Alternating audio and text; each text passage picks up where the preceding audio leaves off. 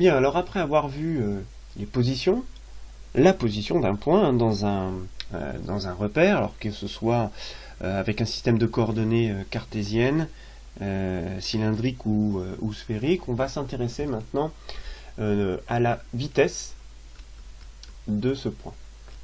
Donc, vitesse d'un point. Cette vitesse, elle sera caractérisée par un vecteur vitesse.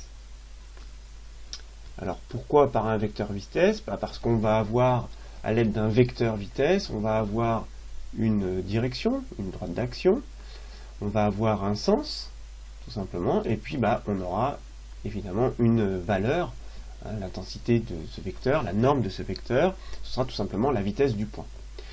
Alors la vitesse d'un point M, toujours évidemment dans un repère, alors je vais me placer dans un repère cartésien que je représente très rapidement ici, donc caractérisé par des axes X,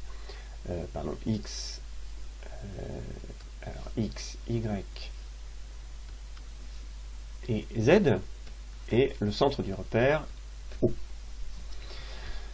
Ce vecteur vitesse, pour retrouver les caractéristiques de ce vecteur vitesse, il va évidemment falloir connaître les coordonnées de ce vecteur. Donc le vecteur vitesse, que l'on va noter V, sera caractérisé, alors je vais travailler dans les coordonnées dans un système cartésien, sera repéré donc par une coordonnée en X, que je peux noter Vx, donc tout ça porté par le vecteur I, plus une coordonnée Vy, portée par le vecteur J, et une coordonnée Z, portée par le vecteur unitaire K. Autrement dit, je pourrais écrire que le vecteur vitesse V a pour coordonnées Vx, Vy et Vz. Alors, là, vous voyez que X, Y, Z, ce sont des indices. Je les ai mis en indice. C'est V suivant X, V suivant Y, V suivant Z. Alors, je vous ai dit tout à l'heure, V, si je prends la norme du vecteur V, ce sera tout simplement la valeur de la vitesse, V. Alors on va tout simplement la noter V. Cette valeur de vitesse, en physique, on les mesure en mètres par seconde. On écrit ça comme ça, ou on peut écrire aussi mètres multiplié par seconde moins 1. Seconde moins 1, c'est l'inverse des secondes, c'est des mètres divisés par des secondes. Deux écritures identiques pour une même unité. La définition du vecteur vitesse d'un point, c'est la dérivée, du vecteur position OM dérivé par rapport au temps. Alors, la dérivée par rapport au temps, en physique, ça va se noter de cette façon-là. Pour vous expliquer ces systèmes de notation de dérivées, je pense que je vais vous faire une vidéo bien particulière. Donc je vous mets le lien maintenant et vous irez voir pourquoi est-ce que l'on note la dérivée de cette façon-là en physique. Donc vous irez voir cette vidéo. Après avoir vu cette vidéo-là, ou si vous êtes à l'aise avec ce système de notation, on va pouvoir en déduire l'expression des coordonnées Vx, Vy et Vz du vecteur vitesse. Puisque le vecteur vitesse est la dérivée de la position par rapport au temps, eh bien la coordonnée Vx du vecteur vitesse, ce sera tout simplement la dérivée de la coordonnée x par rapport au temps. Alors en physique, on va noter ça de façon un petit peu plus simple. On va noter ça x point. Vy, ce sera la dérivée de la coordonnée y par rapport au temps. On va noter ça y point. Et Vz, ce sera la dérivée de la coordonnée z par rapport au temps. Et on va noter ça z point. En conclusion, le vecteur vitesse aura pour coordonnées x point, y point et z point. Alors, un exemple. Imaginons des équations horaires d'un mouvement et d'un point M caractérisé par les équations horaires suivantes. Par exemple, x égale 2t plus 3, et y est égal à 4t plus 2. Donc le point M, on a vu, alors c'est un exemple que je vous ai donné précédemment, on avait trouvé l'équation de la trajectoire qui avait pour équation y égale 2x moins 4. Vous verrez ça dans les vidéos précédentes, on a déjà démontré.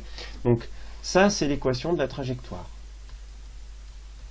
Donc ça veut dire qu'on peut représenter la trajectoire, cette trajectoire dans le plan. Là, vous voyez que j'ai que deux coordonnées, donc j'ai un point qui se déplace dans un plan, ou x ou y, et la trajectoire ressemble, c'est une droite, hein, c'est une équation affine. Donc on va avoir une droite qui aura un coefficient directeur égal à 2, et qui va passer par le point y-4 quand x égale 0. Voilà l'équation de la trajectoire. Ça veut dire que le point, il est en train de se déplacer sur cette droite. Bien, ça ne me dit pas si le point est en train de se déplacer vers la droite ou vers la gauche. Donc pour savoir ça, je vais déterminer les coordonnées du vecteur vitesse. Alors les coordonnées du vecteur vitesse, quelles sont-elles? Les coordonnées du vecteur vitesse, ce sont les dérivées des équations horaires, finalement, qu'on en a trouvées précédemment. Donc, si je veux trouver les coordonnées du vecteur vitesse, je vais devoir dériver x par rapport au temps et je vais dériver y par rapport au temps. La dérivée de 2t plus 3, c'est une fonction affine en mathématiques. La dérivée, c'est la valeur du coefficient directeur que vous avez ici, autrement dit 2. Et la dérivée de la fonction 4t plus 2, c'est 4. Donc maintenant, vous voyez que j'ai plusieurs informations ici. Ça y est, j'ai trouvé les coordonnées. Donc je vous rappelle que ça, finalement, c'est Vx. Et ça, c'est Vy. Ça y est, j'ai trouvé les coordonnées du vecteur vitesse. Alors là, j'ai une indication intéressante. C'est que vous voyez que les coordonnées, elles sont constantes. Elles sont toujours égales à 2 et 4. Ça veut dire que là, j'ai affaire à un vecteur vitesse qui est toujours le même. Donc, même direction, même sens, et puis même valeur. On va la calculer après. Comment va être orienté ce vecteur vitesse? En x, j'ai une coordonnée égale à 2. Alors, il faudrait prendre une échelle adéquate sur le graphique. Mais si vous regardez ces coordonnées, elles sont toutes les deux positives. Ça signifie que le vecteur vitesse, en gros, si ce point est sur cette trajectoire-là, le vecteur vitesse va être dans ce sens-là. Donc là, vous voyez, j'ai une information. Je sais que la vitesse de ce point est constante, et en plus, je sais maintenant que ce point est en train de se déplacer de la gauche vers la droite. Donc, à partir des coordonnées, j'ai des équations horaires, j'ai pu trouver la trajectoire en rouge, et maintenant, je peux déterminer la vitesse en vert. Et je sais que ce point est en train de se déplacer de la gauche vers la droite. Je peux faire des prédictions. Ça veut dire que maintenant, je vais pouvoir savoir où sera situé le point à n'importe quelle date. Je saurai qu'il sera quelque part vers la gauche sur cette trajectoire. Là, j'ai les coordonnées du vecteur vitesse. Est-ce qu'on peut calculer la valeur de la vitesse de ce point? Ben oui, parce que quand on a les coordonnées d'un vecteur en maths, vous êtes capable de calculer la norme de ce vecteur.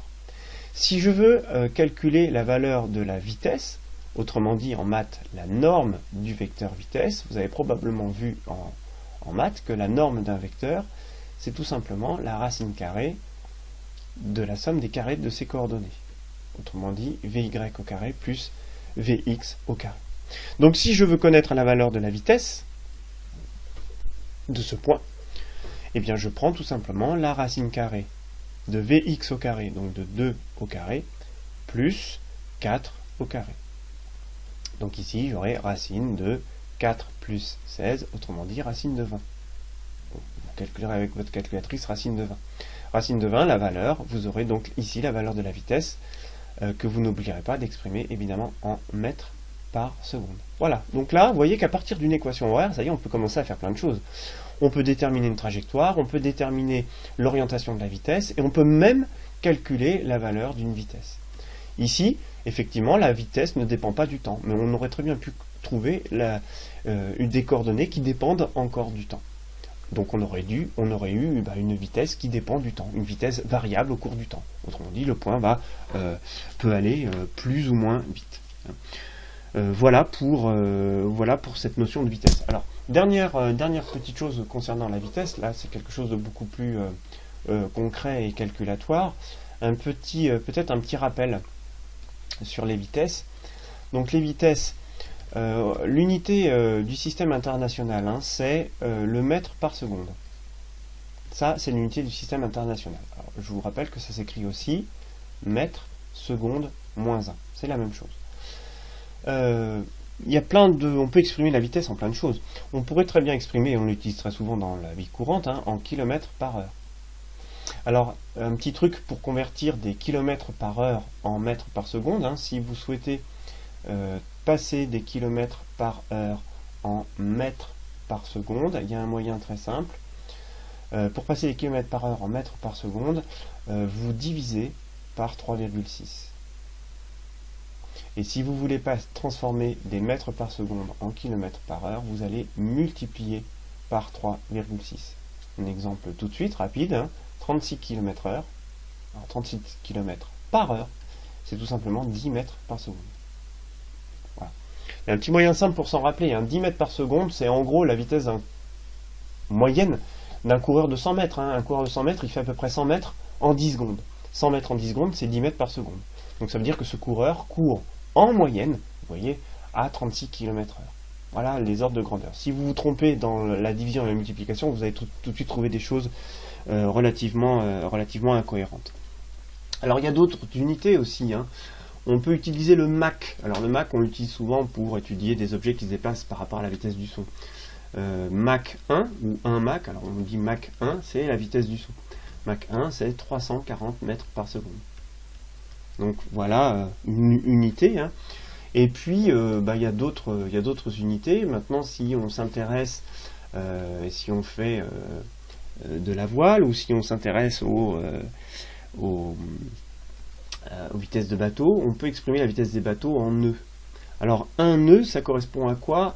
Un nœud, ça correspond à 1 000 marins parcourus pendant 1 heure. Voilà. Alors, 1 000 marins, c'est 1 km 8, hein, 1 km 852, je me rappelle bien, donc kilomètres par heure. Voilà. Donc, un nœud, c'est 1,852 km par heure. Donc, voilà, hein, des unités de vitesse que vous êtes, peut-être, vous serez susceptible d'utiliser.